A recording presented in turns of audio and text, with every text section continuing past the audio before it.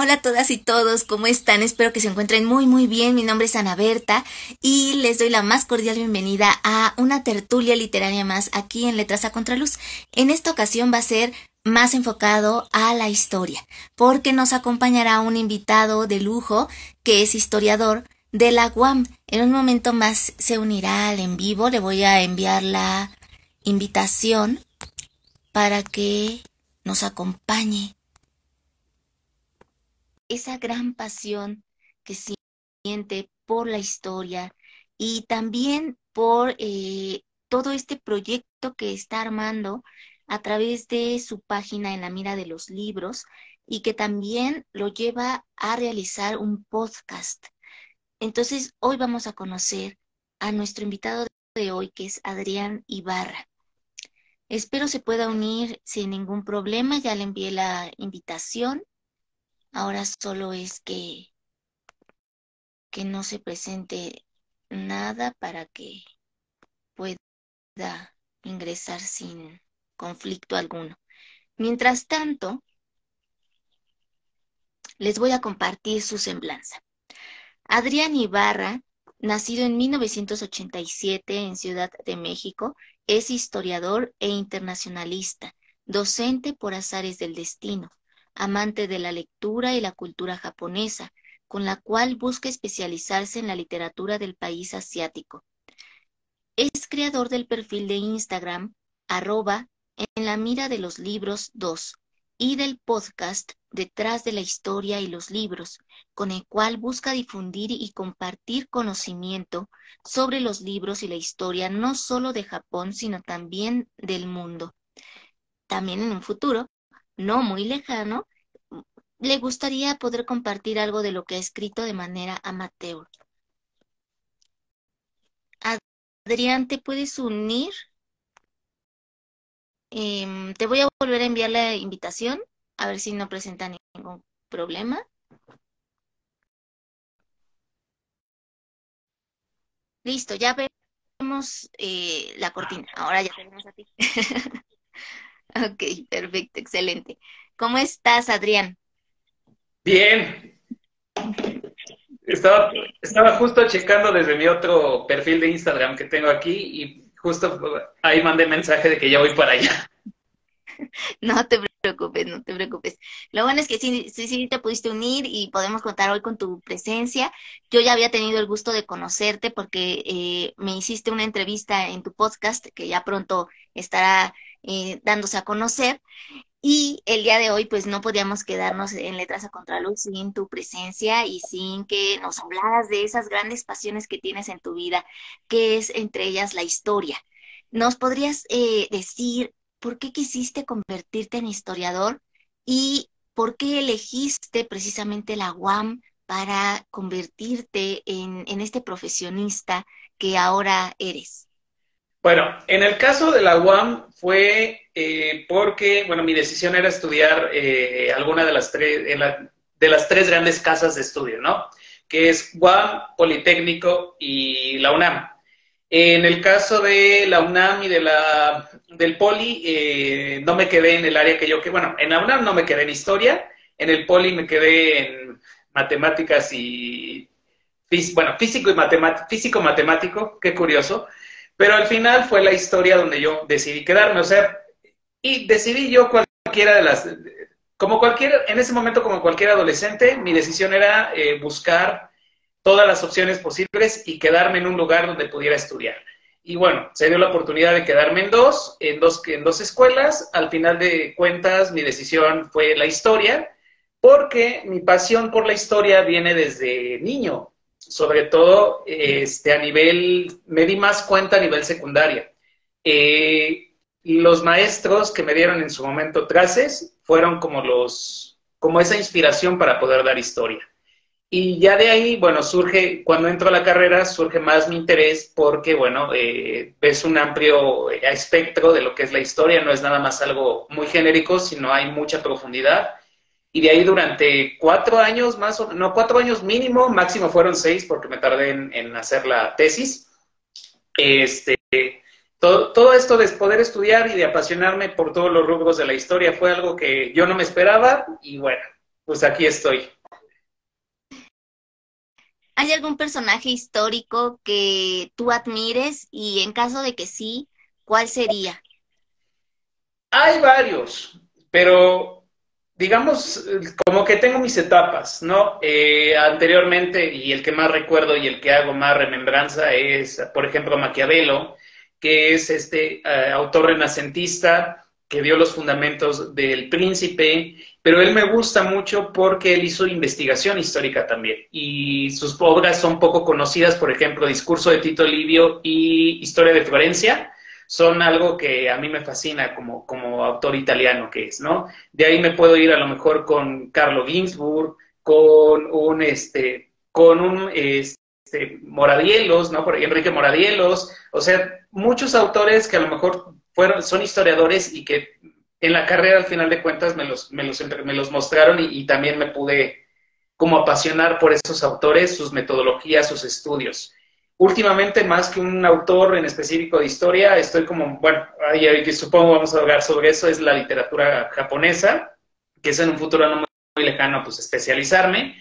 Y a lo mejor un poquito más que autores, me voy por libros de historia, ¿no? Ahorita estoy como muy metido en la parte de analizar un poco el contexto de las ciudades, de esa conexión con los medios de comunicación a través de la historia, y es bastante interesante, sobre todo porque, bueno, tengo por ahí un libro que se llama Berlín 1900, que es justamente sobre la ciudad de Berlín y cómo ésta se mueve a través de sociedad, la ciudad y un medio de comunicación que en ese momento era la prensa, ¿no? Y esa interacción es lo que me gusta.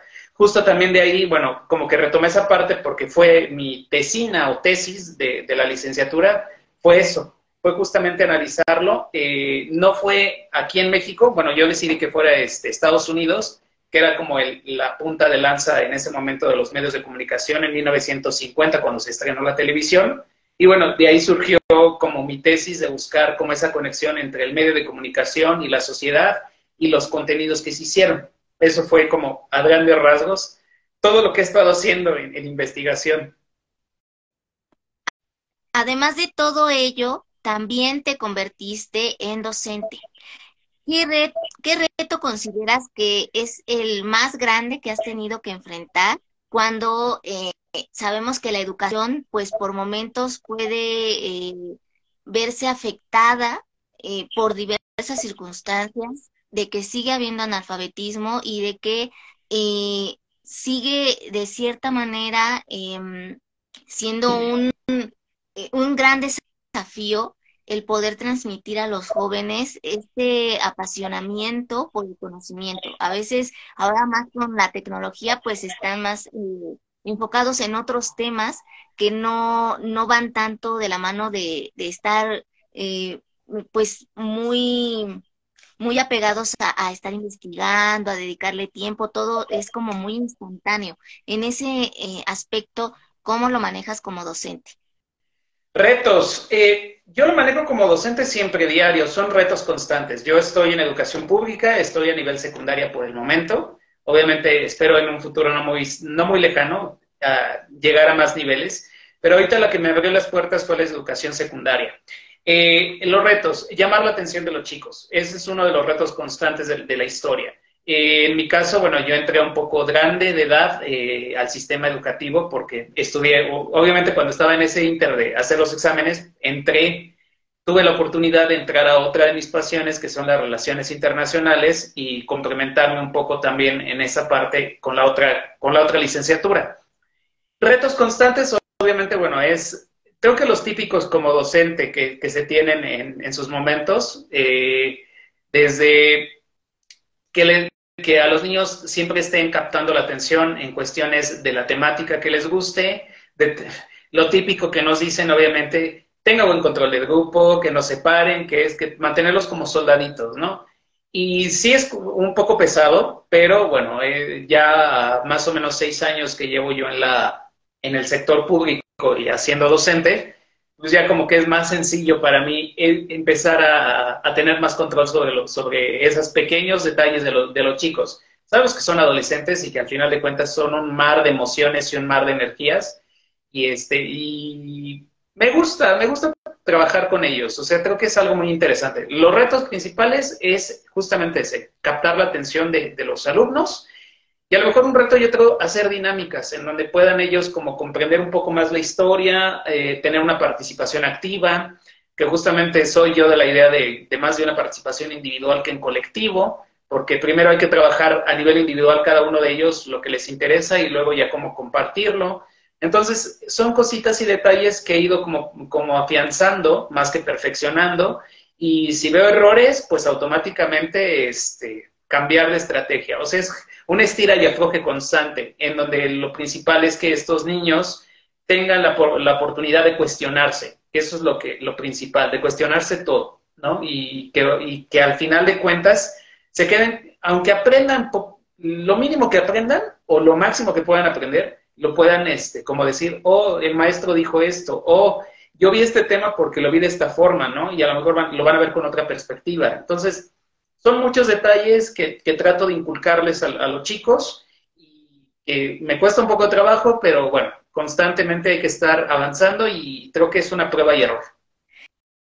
Sí, es una constante evolución y aprendizaje de unos y otros, ¿no? O sea, también los maestros, los docentes, están aprendiendo de sus alumnos, siempre pues están esas exigencias nuevas, ese estar también eh, conectado con lo que los chicos están buscando, ¿no? Ahorita la tecnología pues sirve bastante, ya vemos que hay varios juegos virtuales y demás que pueden también ayudar a ir afianzando el conocimiento que se vio teóricamente en clase, ¿no? Entonces también eso es algo que se puede poner en práctica.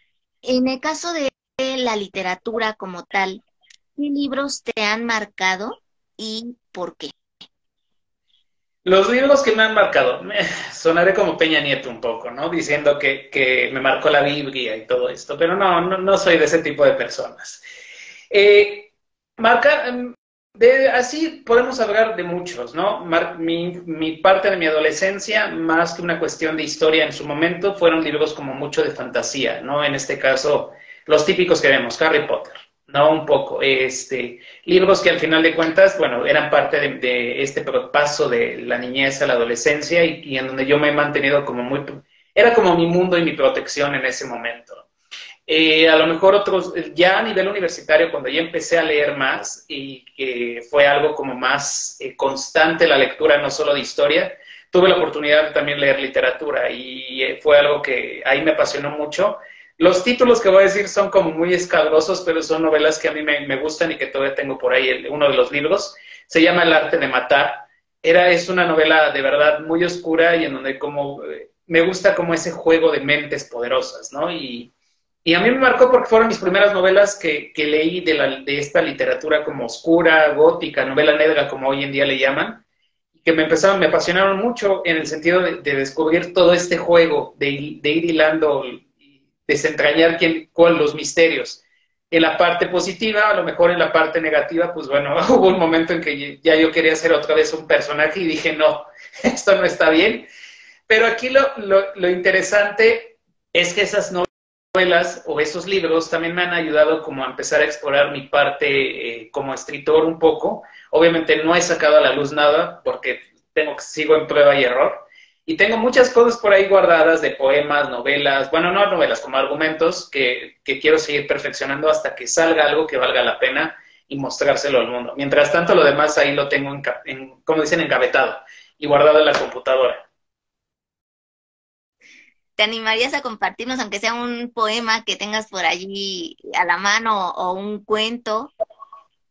Sí, El déjame. argumento no, porque las ideas no se vayan a ir con de repente, no, esas ya hasta que la tengas bien, ya. Hasta Entonces, que, sí, hasta que lo registre ante ¿cómo se llama? El INPI. el autor. Debo de tener una por aquí, pero justo es uno de los, ¿cómo decirlo?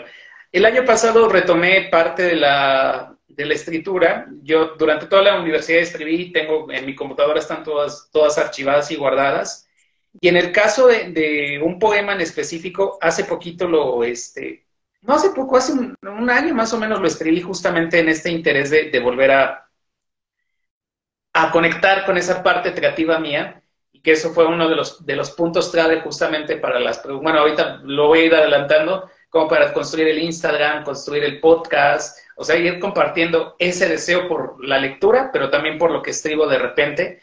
Y ahí en Instagram, pues hay como pequeños poemitas que luego he sacado, que no han tenido como la recepción que yo quisiera, pero vamos, justamente lo que me gusta es escucharme y ver qué tanto voy bien y qué tanto voy mal, ¿no? Pero bueno, el poema está basado en un pequeño fragmento de una novela que en su momento me gustó. Yo en su momento era muy, antes, a la par de la literatura, de la lectura, era muy consumista de la caja idiota, o sea, de la televisión. Y en su momento había una novela que me gustaba mucho, que justamente de ahí saqué como esa frase, y de ahí yo la empecé, la retomé y quise escribir este poema. Y ahorita, hace poquito lo estuve como tratando de perfeccionar. Se llama, bueno, el título es Aquello que no hicimos. La historia que no comenzamos, los libros que no leímos, la tarde que no pasamos, las estrellas que jamás contemplamos, un tiempo infinito que pudo ser bendito, pero todo aquello escrito se convirtió en maldito. Todo aquello que no hicimos ese día que no nos conocimos y que nunca vivimos, por el simple hecho de no amarnos y de no abrazarnos, la única mañana que pudimos gustarnos.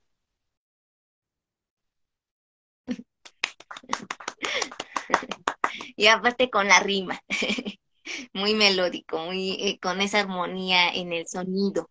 En el caso de la poesía, ¿qué autores te marcaron? ¿Quiénes dijiste, ay, qué bien escriben y los temas que tratan? ¿Quién fue ese autor o autora?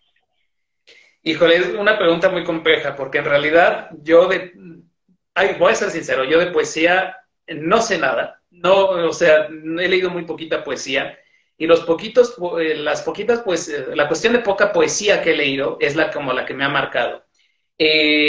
Uno de ellos, bueno, y ahorita, que son los que más se me vienen a la mente, uno de ellos se llama Matsuo Basho, que es un poeta japonés, bueno, ya obviamente es de los primeros poetas japoneses que hubo en su momento, y él construyó lo que son los tanka y los haiku, que son pequeños poemas en pequeñas frases, y eso es una de las cosas que me ha gustado, ¿no? Cómo a través de la observación puedes construir pequeñas frases. Eso es como que algo que me ha marcado, y justamente como que he explorado más sobre poesía japonesa, y que por ahí en el podcast va a estar pronto saliendo algunos aspectos de eso. Y a lo mejor otra poeta que también leí, que justamente tenía mucho en mente, es una poeta italiana que se llama Delia Alma, sí, Alma Murillo, si no me recuerdo, si no el título está mal, bueno, el nombre del autor lo tengo mal, pero es Murillo. Ella escribió Delirio Amoroso. Me gustó mucho porque, aparte de que es una poesía que no es lo que ahorita yo leí, que es una poesía muy, pues, básica, ¿no? Como que tienen un verso y rima. Ella es una poesía más compleja, más, como alguna vez lo platiqué, que es como más bien una lírica libre, ¿no? En cierta forma, y con ese tono de poesía, y en donde ella trabaja la parte de sus amores prohibidos, trabaja esta parte de que se enamoró de un hombre que la llevó a estar dentro de un mismo hospital psiquiátrico. Y es como algo muy interesante que quería yo explorar en la parte, en su momento quería como explorar algo más italiano. Exploré esa autora, por ahí tengo otro autor que todavía no he querido leer, pero son como estos pequeños poemas o poemas, más bien poetas, que me han marcado durante este tiempo. Ya que nos comentaste de un autor japonés, ahí viene la siguiente pregunta. ¿Cómo nace tu interés por la cultura japonesa? ¿Qué es lo primerito que te llamó la atención de ese país que después hizo que también te quisieras sumergir más en lo que representa para ellos cada símbolo, cada lectura que hacen de los libros, la forma en cómo ellos también se conducen por la vida, son otras costumbres muy diferentes, por ejemplo, a las de acá de México. ¿Cómo hay ese sincretismo dentro de ti entre la cultura mexicana y la cultura japonesa? Buena pregunta. Antes, la autora es Alda Merini, y ahorita lo verifiqué. No es Alma Murillo. Alma Murillo creo que es una actriz mexicana. Alda Merini. Retomando lo de Japón, bueno, la primera parte, ¿cómo puedo decirlo? Mi primer contacto con Japón, esa pregunta casi siempre se la hago también a los invitados con los que con los que he hecho el podcast de Japón. Y voy a sonar repetitivo como disco rayado retomando lo de ellos, pero mi primer contacto fue con el anime. Fue con el anime y con la parte del manga. O sea, me gustaba mucho esa parte y de ahí, bueno, ver, no sé, de los típicos, Dragon Ball, Ranma, Caballeros del Zodiaco. Fue como un contacto a primera vista que yo me quedé enamorado y justamente como quería investigar más y saber más. Luego, obviamente, surge mi mayor interés, bueno, ya empieza en estos años, después de que hay un momento en que de que yo me siento estancado y necesitaba como recuperar cosas que a mí me hacían feliz, vamos a decirlo así, y entrar en contacto obviamente retomé lo de Japón. Tenía desde hace mucho tiempo muchos libros de Japón, de literatura, que no había leído, que los tenía ahí guardados y decía, bueno, ahora es momento de leerlos. Y se dio la oportunidad de leerlos. Quedé maravillado con la forma en que se construía la lectura.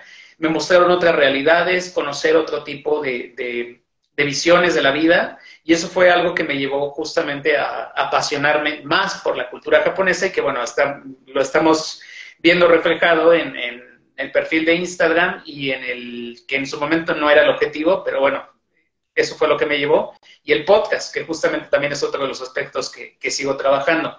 ¿Cómo llevo este sincretismo entre las dos culturas? Bueno, en mi caso aunque me gusta soy mexicano y llamo la cultura mexicana, siento que hay mucha, ¿cómo podemos decirlo? Como no hermandad, como mucha conexión entre los dos países. Y justamente el mismo podcast es lo que me ha dado esa conexión, o sea, esa oportunidad de conocer más gente como de que no soy el único que tiene ese interés, ¿no? Y que hay más gente que le gusta todo lo de Japón y que, bueno, me ayuda como a hacer mejores cosas. ¿Tú hablas también japonés? ¿Has aprendido su idioma? ¿O todavía es un sueño que a lo mejor próximamente te animas a hacer realidad? Es un reto, más que un sueño, es un reto. Es un reto aprender japonés. O sea, sí estoy con el gusanito de estudiar japonés porque también es uno de los requisitos que al final de cuentas, si quiero especializarme, si quiero profundizar en las temáticas de Japón, es obvio que tengo que aprender japonés. No he aprendido, obviamente por los tiempos, pero creo que con esta segunda oportunidad que también me da la vida, pues a disfrutarla y a echarle los kilos para aprender justamente todo lo que me falta por aprender en esta vida. Em, ¿Qué es lo que más te gusta de la literatura de Japón? Híjole, yo creo, es que al final de cuentas la literatura japonesa es igual, literatura universal, no podemos compararla, ¿no? O sea, a lo mejor en su momento yo te podría decir que es una literatura muy descriptiva, que es una literatura muy solemne, que es una forma tienen muchas descripciones, una escena que podrían reducirse en poquito tiempo, ellos la amplían completamente y describen las emociones de las personas, las situaciones, cómo el movimiento de cada ser humano. Creo que eso es una de las cosas que a mí me gusta de la literatura japonesa, esa parte de la descripción del desarrollo de los mismos y en cierta forma también cómo hay una infinidad de autores que yo empecé con poquitos y ahorita tengo casi un librero completamente lleno de literatura japonesa, que obviamente ha sido como algo muy...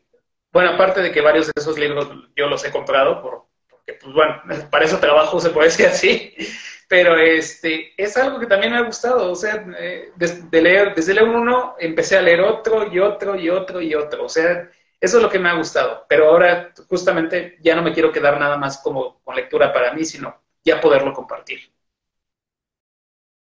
Eh, en el caso de tu cuenta de Instagram, que es en la mira de los libros 2, pero también hay una que es 3.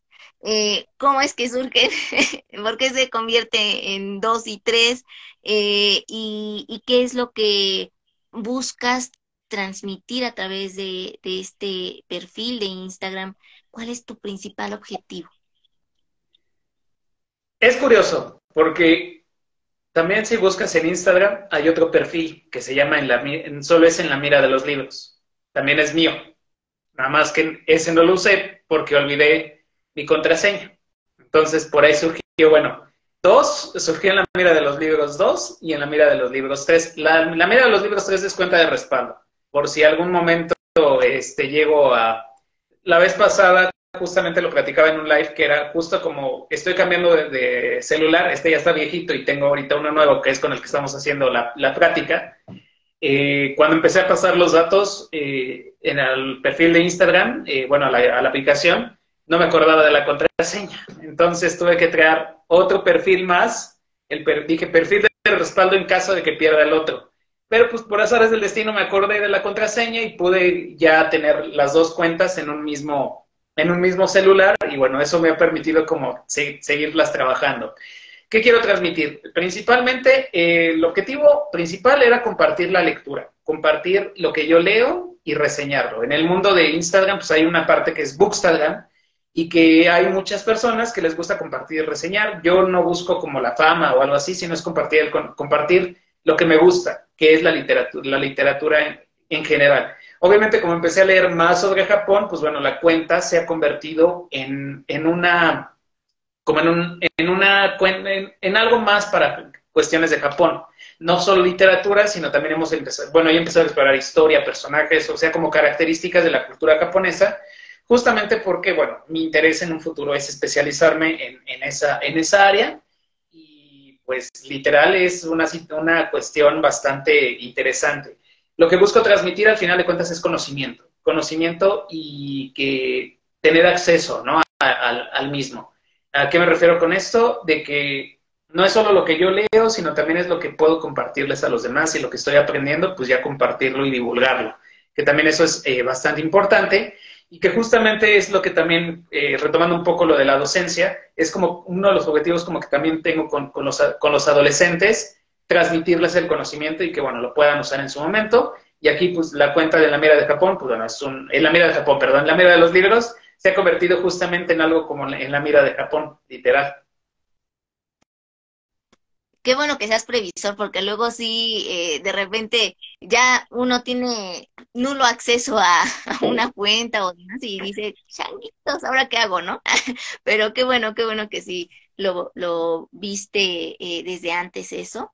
Y por el otro lado, em, me parece importante que también se busque hacer como esas cápsulas de conocimiento donde estás también en contacto con el otro y puedes incluso recibir en tiempo real sus preguntas, esas dudas que a lo mejor por allí tengan. Y eso creo que es lo que nos permite Instagram precisamente, que unos y otros estemos conectados realmente como una comunidad virtual, apoyándonos unos a otros. Eso es maravilloso, genial.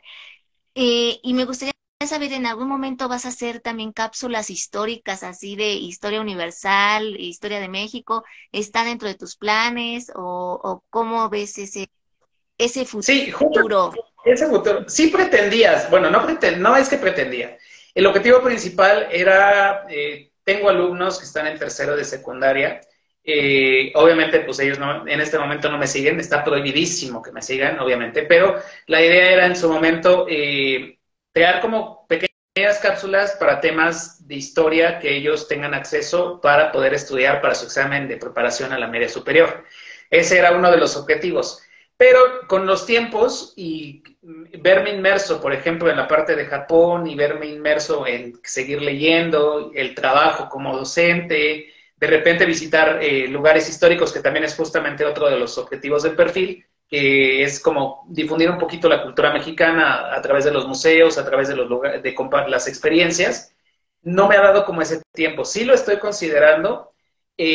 Planeo yo creo hacerlo, si no sale este año, cuando cumpla el año que va a cumplir la cuenta en la Mira de los Libros en junio, pues lo más seguro es que empecemos durante el segundo año de vida de empezar a generar otro tipo de contenidos sin perder justamente eso, siempre lo digo, sin perder la esencia de lo que me ha llevado a seguir teniendo, como estar en la mira de las demás, que es Japón. Justamente eso, no quiero perder esa esencia. La otra vez estabas compartiendo de la Biblioteca Vasconcelos. ¿Por qué elegiste precisamente esa biblioteca? ¿Qué es lo que consideras que aporta a la cultura en general? La compartí por dos cosas, y he de ser muy sincero. Uno, porque fue la primera vez que la visité. Nunca en mi vida, durante todo este tiempo, durante los 35 años que llevo de vida, la había visitado. Siempre visitaba museos o la UNAM o cosas así, pero cuando buscaba buscar lugares históricos y de difusión, cuando elegí la Biblioteca Vasconcelos, fue con dos objetivos. Uno, porque estaba en el mes de marzo la exposición de Japón. Siempre Fundación Japón hace con la Biblioteca Vasconcelos, hacen como el mes de Japón, no sé, más o menos podemos decirlo así. Y esta vez estaban haciendo una exposición temporal de Japón, mostrando como todos los artículos, la vida cotidiana. Y ahí fue cuando decidí, dije, bueno, voy a darle como peso, buscar, y justamente así una de las cápsulas la llamé Un Rincón de Japón en México, y es la exposición que se hizo de Japón en la Vasconcelos. Y luego ya el interés, pues bueno, dije, bueno, ya que estoy aquí voy a explorarla, a ver qué es lo que hay. Me llamó mucho la atención la estructura, justamente, por eso también la elegí. Siempre me hablaban de una obra arquitectónica muy bonita, que fue en el sexenio de Fox y que fue muy bien construida y todo esto. Y dije, vamos a dar la oportunidad. Justamente también siempre me acompaña uno de mis mejores amigos o alguno de mis primos a visitar estos lugares. Y ellos son como los que buscan como, ay, en la foto en este lugar histórico, ¿no? O ay, la foto aquí. Sabemos que hay perfiles de Instagram que les gusta eso, ¿no? Como lucirse, que ellos son el protagonista. Esa vez eso fue lo bueno, que nadie fue a acompañarme, yo fui solo. Y pues pude disfrutar más el lugar, disfrutar más la experiencia. Y pues aprovechando, pues bueno, dije, a ver, ya que está lo de Japón, quiero ver qué hay de la literatura japonesa. Y logré encontrar bastante de la literatura japonesa, aunque obviamente siempre digo que falta mucho más para poder como tener un acceso más hacia este tipo de literatura. Y me gustó, o sea, justamente creo que fue por eso la elegí, por situaciones más de la cuestión de Japón, pero de ahí me llevó a todo esto, ¿no? A difundirla, a conocer más de la Biblioteca Vasconcelos, que creo es un lugar muy hermoso, no solo para tomarse fotos, vuelvo y repito, sino también para poder consultar libros, hay muchas actividades que también vale la pena, y creo que no voy a decir que es un lugar descuidado, pero siento que hay lugares históricos y hay museos y hay espacios que se les debe dar difusión. Y eso es como lo que trato yo también de exponer al mundo o a las personas que me siguen y que tengan como ese acceso. Sí, allí en la Biblioteca Vasconcelos pues hay actividades tanto para niños como para adolescentes, incluso para adultos, y hacen desde conciertos, obras de teatro para pequeños, lecturas dramatizadas, presentación de libros, talleres, cursos. Entonces está muy completo el programa que tienen para fomentar precisamente ese gusto por el conocimiento, por la lectura, por el arte en sí. Y por eso me llamó la atención, quería saber la razón en específico. En el caso de lo que es tu podcast detrás de la historia y los libros, ¿qué significado cobra en tu vida? ¿Y cómo es que decides no solo quedarte con la cuenta de Instagram, sino también irte hacia esta otra plataforma que es Spotify? Es una historia bastante compleja, ¿no? Primero, para hablar sobre el origen del podcast o por qué elegí hacer eso, es también la parte del Instagram. Yo durante un año, vamos a decirlo así, más o menos fueron 10 meses, yo estuve aislado aquí en casa. O sea, no salía, no hice, ese tiempo me hubiera vuelto loco si no fue por la literatura. Obviamente fue una situación de salud que ahorita es, bueno, yo siempre digo que sigo sanando. Recibí un trasplante renal, que también hay que hacer visibilidad a ese sector de la población, que también, aunque no soy como de los fuertes, pero ahí de repente estoy como publicando algunas cosas también del sector renal. Entonces yo recibí ese trasplante, durante ese tiempo buscaba como leer, buscar algo en que distraerme, porque durante 3 meses obligatorios tienes que estar aislado, no salir, bueno, sales a tus consultas, pero regresas a casa y ahí te quedas. Y y yo en mi caso, pues la única distracción que tenía en ese momento, pues eran dos. Las lecturas, por lo general, que abarcaban y siguen abarcando el 100% de mi tiempo, y un 5 o 10% eran los videojuegos. Entonces, era lo que yo estaba como muy inmerso. De ahí pasan 6 meses, ya cuando estoy más estable, cambios de medicamento, ya como dejarme de preocupar y disfrutar más ya todo este proceso de sanación. Surge la idea del Instagram con ese interés de ya no quedarme con las lecturas, o sea, de que me quedo con las lecturas, pero digo, necesito como compartirlo, necesito reseñarlo, necesito que la gente conozca más y sobre todo lo que estaba con Japón. Entonces de ahí surgió el perfil de Instagram en junio 18, si no me recuerdo, de En la mira de los libros 2. Bueno, pues ahí surgen casi todos los perfiles. Y el podcast surge en octubre 19 de 2022, justo también con ese interés de que ya en Instagram pues yo veía, bueno, ya estoy haciendo cápsulas, ya estoy compartiendo reseñas, ya estoy compartiendo como algunas secciones que de personajes, que obviamente al principio no las compartía tanto, ahorita ya más, porque justamente estoy viendo que Japón es lo que le gusta y le llama la atención al público, y a los seguidores que tengo, y pues dije, pues hay que especializarse en eso, o empezar a buscar esa especialización, ¿no? Y seguir andando en ese punto. Y el podcast en octubre surge con la idea de empezar como a querer comunicar todo esto, de compartir las ideas, compartirlo con otras personas y buscar como no dejar como un legado, pero a lo mejor como una base que a lo mejor en un futuro no muy lejano a mí también me pueda servir para la especialidad, ¿no? Y que es toda la información que estamos recabando y que la estoy compartiendo con invitados justo en el podcast. En el caso de este proceso que viviste de sanación, de ir a un tratamiento eficaz, em, ¿con quién consideras que pueden acudir y que sea de entera confianza cuando tengan alguna enfermedad de ese tipo y que puedan ir a tiempo y no se les complique más tarde? Buena pregunta. Es complicado, pero bueno, desde mi experiencia, yo por lo menos traté de rodearme de mucha gente. No me quedé con las manos, o sea, no me quedé sentado esperando, o no me quedé, yo lo digo así, no me quedé en el hecho de muerte esperando a que la muerte llegara, sino fue un proceso sí es un proceso complicado, obviamente, pero creo que lo principal es vivir el duelo uno mismo y después enfrentarlo poco a poco. Y para eso bueno, en mi caso, en mi experiencia, yo me rodeé de mucha gente, que fue desde médicos particulares, luego los médicos tratantes, obviamente ya en las instituciones públicas donde surgió el milagro de la vida, como yo lo llamo, familiares que estuvieron cerca de mí, que nunca me dejaron caer, no solo mis padres, no solo mi hermana, sino también familiares que estuvieron cerca de mí, que eso lo agradezco, amigos que siempre han formado parte de mi vida y que ahí es donde dices, ahí conoces a tus verdaderos amigos. Bueno, ahí por lo menos 3 o 4 amigos estuvieron presentes, siempre preguntando por mí, cómo estaba, tendiéndome la mano. Y mis terapeutas, sin duda, es algo que nunca olvido, ¿no? Son 3 personas que siempre les estoy eternamente agradecido, que son en la parte, no solo en la parte psicológica, sino también yo me refugié mucho en la parte espiritual.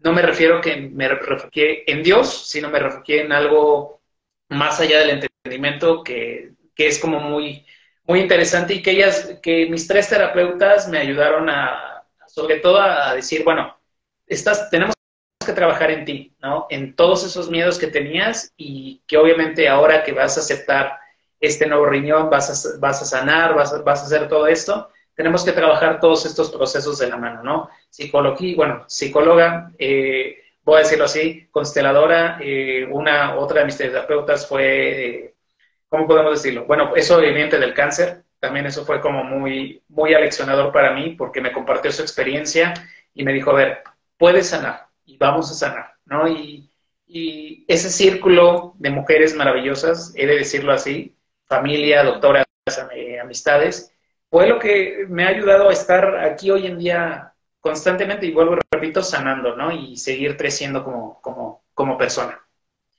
Sí, esos seres de luz que de repente el universo, Dios, la vida nos ponen en nuestra existencia para que también volvamos a fortalecer esa fuerza interior que ya está dentro de nosotros y que a veces no miramos más que ese momento de dolor o esa angustia o esos miedos, y es importante también encontrar esas redes de apoyo. Y qué bueno que también sea una oportunidad para ir evolucionando como ser humano, como persona. Y te llevó, por ejemplo, a que ahorita nos pudiéramos conocer y pudieras conocer también a muchas más personas a través de la mira de los libros, uno, dos y tres, y que uno pueda estar también compartiendo ese hecho de que se puede salir adelante de toda situación, ¿no? Y cómo no vas a enfrentar esas batallas solo, sino que estás siempre acompañado. En el caso de de los libros de historia, regresando a la historia, ¿que recomiendas tú leer? ¿Cuáles serían? Y em, ¿qué recuerdas de alguno de ellos que te haya quedado así como grabado en la mente? ¿Alguna frase o alguna imagen en específico? Bueno, libros que recomiende puede haber muchísimos. La bibliografía histórica es amplia y ahí sí podría decirte muchos títulos, pero creo que, vuelvo y repito, uno de los que a mí más me ha marcado en cuestiones para investigación fue, y que yo tomé como base para lo que hice de investigación para titularme, fue Berlín 1900. Es como algo de historia, es algo que se conoce como algo más de historia cultural, de ver los símbolos, de ver todo es, de ver lo que no podemos ver, ¿no? De repente, ¿no? Que es estas conexiones con la sociedad. Hoy en día en relaciones internacionales la llaman la teoría de redes, ¿no? Las conexiones que hay en diferentes lugares. Y ese es uno de los libros que te lo recomendaría para aquellos que quieran conocer como algo de historia, que tenga una red o una conexión entre sociedad, a lo mejor alguna cuestión de ciudad, de cómo se mueve la ciudad y los medios de comunicación. Eso a mí, casi siempre esos temas a mí me gustan mucho. De otros libros, de autores, vuelvo y repito, creo que Maquiavelo es uno de los que más me dejó muy marcado. Historia de Florencia es bellísimo saber sobre cómo era el reino florentino. Obviamente en ese momento no era Italia, sino era Florencia, un reino, y describe muchas cosas de la nobleza, de los reyes. Justamente por ahí surge su libro El Príncipe también. Y es muy bello, ¿no? Y ver cómo estos hombres del Renacimiento no se dedicaban solo a una cosa, sino eran multifacéticos, y que tenían grandes habilidades para pintura, para arte, para escritura, para música. Y es algo que a mí me fascina, ese periodo del Renacimiento, y más aún con autores como el gran Maquiavelo. A lo mejor por eso soy también un poco maquiavélico en ese sentido. Y en libros de cuestión de México, el que más me acuerdo y el que más recomendaban y el que más me han recomendado y el que más recomiendo es Pueblo en Vilo, de Luis González. Ese es como una historia, le llaman microhistoria, es el pueblito donde surge este autor, Luis González, y él nos va contando toda la historia de su pueblo y verlo desde una visión pequeña, ¿no? Y cómo va influyendo el exterior. Bueno, no el exterior me refiero al mundo, sino a México. Todos los sucesos históricos desde independencia, revolución, y ahí lo va contando y desmenuzando de una manera rica y tan como muy novelada, que eso también es algo que gusta, porque a veces los libros de historia son como muy técnicos, son como muy científicos, y a veces por eso nada más son como muy especializados y por eso luego alejan a las personas. Entonces, Hay ciertos autores con los que se pueden acercar para conocer un poco la historia. A lo mejor se me viene otro libro de Menocchio, era Carlo Ginzburg, Queso y los gusanos, que es también otro autor italiano, de verdad, muy profundo, muy bonito, que de manera muy novelada nos platica sobre este personaje Menocchio que fue acusado, de ser hereje. Y entonces son como temáticas que valen mucho la pena y que yo recomendaría para aquellos que estén interesados en la historia.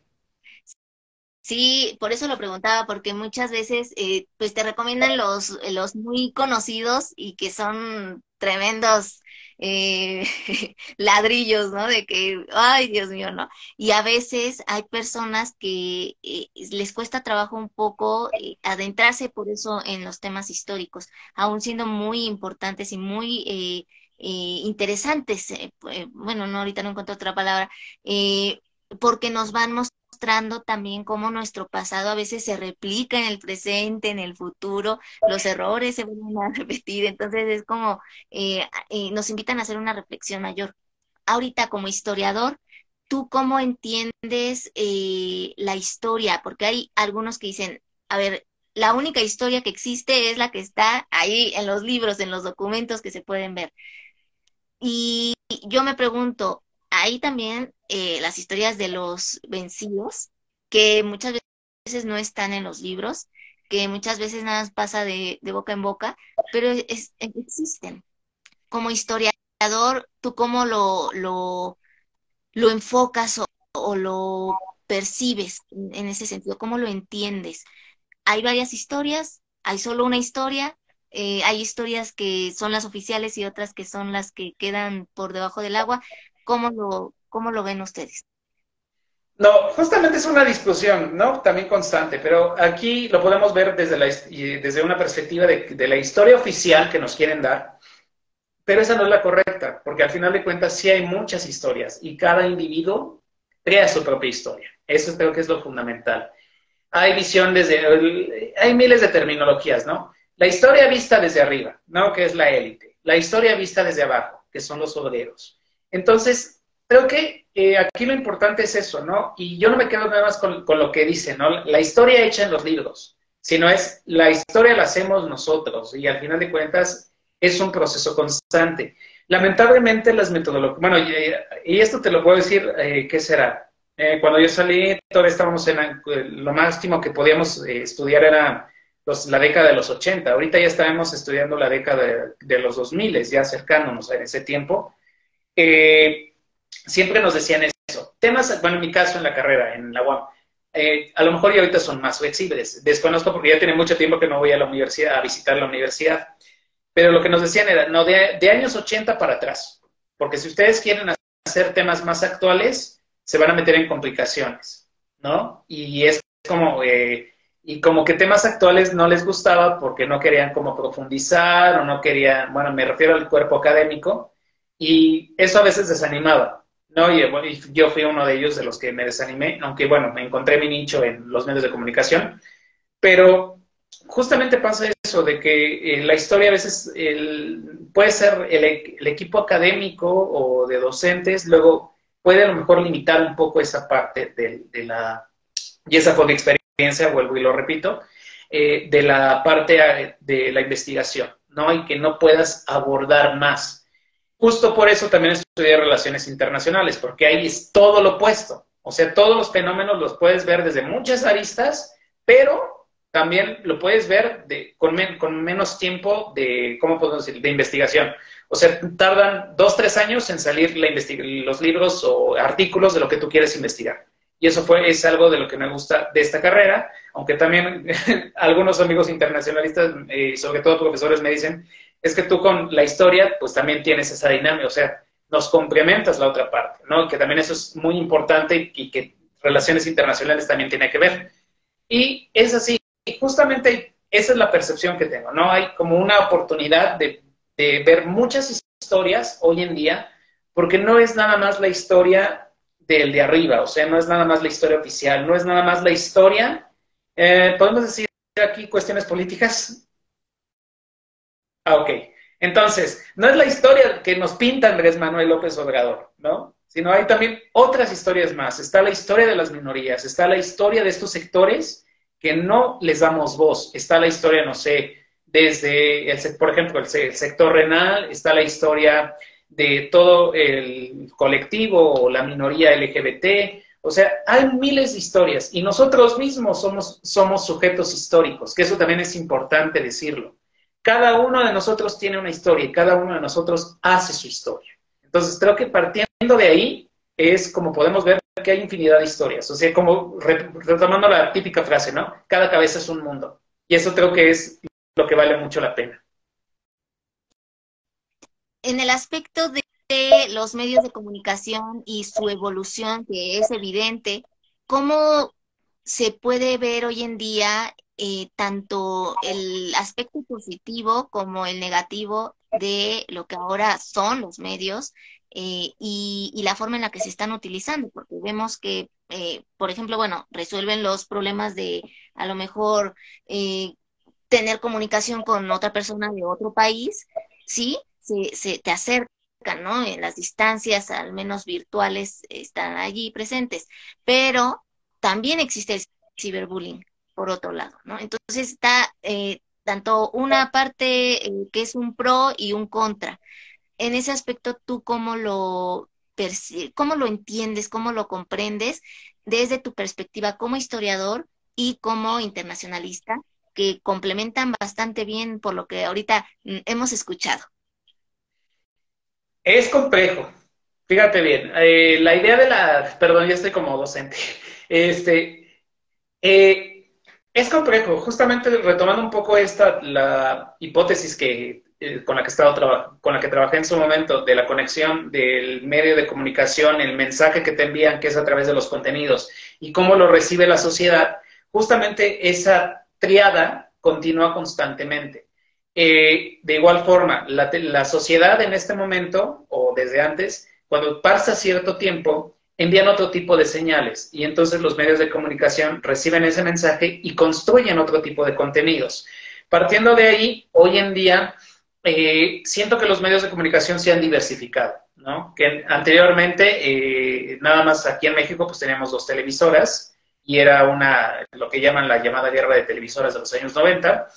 Y eran las que tenían como el control total. Pero con esta apertura del Internet, con esta apertura de las redes sociales, todo se va diversificando. Ahora, si lo vemos como en cuestiones ya de medios tradicionales, pues ya no son 2 televisoras, son más de 3 televisoras actualmente, televisión pública, hay televisión privada, está también, por ejemplo, la radio se ha diversificado mucho, ahora también con estos alcances de las redes sociales, de los podcasts, de usar estas plataformas que tengan acceso. YouTube, pues es impresionante todo el mundo que se genera, Instagram también, ¿no? Estos alcances que ha tenido. ¿Qué otras plataformas podemos hablarte? Bueno, los medios, lamentablemente creo que lo único negativo que veo es que los medios impresos están perdiendo mucha fuerza, ¿no? Que eso también es algo como muy interesante también explorar por qué están perdiendo esa fuerza. Y creo que lo positivo es esa diversidad, que las personas ya tenemos acceso a la información desde cualquier punto del mundo. Se hace una televisora, se hace la radio, se hace un medio digital, se hace la red social. Eso es lo positivo, ¿no? Y las conexiones justamente que podemos hacer, como hoy en día lo que estamos platicando desde aquí. Aunque estemos en México, bueno, podemos platicarlo. Ahora, más al rato que tenga un podcast, pues bueno, va a ser con alguien de Japón, entonces voy a tener esa conexión con alguien de Japón. Lo negativo, sí, en eso concuerdo mucho. Lo negativo de los medios de comunicación tradicionales es que siguen sin informar. O sea, o informan nada más lo que les conviene, ¿no? O te dan la información a medias. Eso es por un lado. Por el otro, creo también tiene que ver la parte de que hay más gente que a pesar de que también está mal la información. Entonces también eso es creo que un peligro constante. Y no me refiero nada más a políticos, sino también a gente común y corriente. ¿Por qué? Porque justamente, y retomando desde mi perspectiva ya como docente de secundaria, lo vemos a la orden del día. Niños que se están haciendo ciberbullying, niños que están haciendo, lamentablemente, y no solo no tanto en mi secundaria, pero sí en otras de la zona donde yo estoy laborando, los retos virales, ¿no? Y ni siquiera son retos virales que valga la pena. O sea, que digas, vamos a hacer el reto viral de una foto histórica, una representación. No, son retos virales en donde se están usando medicamentos, ¿no? Le digo, justamente como anécdota, hace poquito algunos de los niños de segundo me estuvieron preguntando, ¿y el medicamento que toma para qué sirve? Ya les dije, no, pues me baja las defensas para proteger mi riñón. Y ya me dijeron, ¿y cuánto cuesta? Les digo, no sé cuánto cueste, pero ya más o menos ya sabía por dónde iba la situación, entonces ahí los paré y totalmente dije no. Entonces creo que justamente los medios de comunicación lamentablemente sí tienen una parte positiva, ya incluyendo como medio de comunicación, y así lo digo abiertamente, las redes sociales, porque eso es también, ya no es nada más algo como compartir fotos, información, sino hay una conexión en donde tú puedes compartir información, ¿no? Y justamente creo que esta pandemia nos ha permitido entrar en contacto con todos los demás desde el año 2020. Y eso es lo positivo. Lo negativo yo creo es que lamentablemente sigue habiendo ese desuso de el mal uso de la información y que como consecuencia tengamos hoy en día pues aumento de ciberbullying, de acoso, de promoción de antivalores que están afectando hoy en día pues a nuestra población. Ya para terminar, Adrián, porque el tiempo se nos va volando, pero te agradezco muchísimo por haber aceptado estar aquí en Letras a Contraluz. Pero ya para terminar, ahora sí, dinos tus redes sociales nuevamente, proyectos que tengas próximos y que quieras compartirnos, y también si tienes alguna publicación por allí que se pueda leer, que se tenga acceso a ella, también si gustas decírnosla, adelante. Gracias. Mis redes sociales son, bueno, me pueden encontrar arroba en la mira de los libros 2, arroba en la mira de los libros 3, que es el perfil como de respaldo, ahí estoy en las dos cuentas. El podcast es Detrás de la Historia de los Libros. Está en Spotify, bueno, esa es la plataforma con la cual yo trabajo, pero también lo pueden encontrar en Google Podcast y creo que en dos plataformas más, que uno es Pocket Podcast y como Cashbox se llama, pero es como una plataforma hermana de las dos. Bueno, de esa plataforma de podcast. Proyectos. Estoy en grabaciones ya de la segunda edición de La Mira de Japón. Todavía no termina de transmitirse la primera. Bueno, de transmitirse la primera ya empecé con la segunda. ¿Qué más? Publicaciones no tengo, obviamente, que en mi perfil de Instagram, bueno, pueden ahí encontrar algo de lo que hago de mi trabajo. Bueno, no solo reseñas, en la parte de Reels, por ahí pueden ver algunos los poemas están nada más es mi voz con música y están como en fondo en negro, ahí los pueden encontrar también, algunos poemas pues basados no solo en el que les acabo de leer, sino también a lo mejor en alguna nota, en alguna cuestión musical que luego se me quedan muy pegadas y digo, necesito como hacer mi versión en parte de poema, que también vale mucho la pena. ¿Y qué otro proyecto? Bueno, y se viene, terminamos temporada 1 de La Mira de Japón, bueno, en el podcast, el el segundo domingo de mayo, y los días jueves de mayo va a estrenarse como una mini temporada, bueno, ni mini temporada, porque hice varios capítulos, episodios especiales para justamente dar difusión y conocer un poco de la parte de toda esta parte de literatura. He de adelantar que capítulos que había grabado en marzo y en abril, justamente, que iban a salir justamente en esas fechas como capítulos especiales que salen entre episodios de La Mira de Japón, los tuve que suspender, obviamente, para recorrerlos y que salieran en la temporada especial de estos episodios de difusión, porque justamente me di cuenta que creo que es lo que llama más la atención, ¿no? Entonces dije, mientras estos episodios que grabé, bueno, los voy a dejar para los días jueves, en lo que comienza la segunda temporada de La Mira de Japón. Se estrenan a mediados de mayo y debe de terminar más o menos por ahí de mediados de julio esos episodios especiales, en donde, bueno, adelanto, tenemos autores independientes que me dieron la fortuna de poder hablar con ellos. Tenemos proyectos de difusión de literatura, obviamente, que Letras a Contraluz está ahí. Tenemos poesía libre con una invitada desde Argentina, que también ha estado aquí en Letras a Contraluz. Tenemos, bueno, tengo mi primera colaboración con otro podcast, que pronto ya estarán sabiendo ahí. Y el último episodio es con alguien bastante importante también del mundo de las letras, bueno, no de las letras, de las redes sociales, pero que se dedica mucho a hablarnos sobre ciudad literaria, ¿no? Entonces, es ahí con una de las que voy cerrando esta temporada. Y bueno, también hay un episodio por ahí que también se va a estrenar del mundo de los libreros, de librerías de viejo. Excelente, fenomenal. Muchísimo, muchísimo éxito, Adrián Ibarra. Te agradecemos muchísimo tu tiempo, también tu participación aquí en Letras a Contraluz. Esperemos lo hayas disfrutado tanto como nosotros esta entrevista.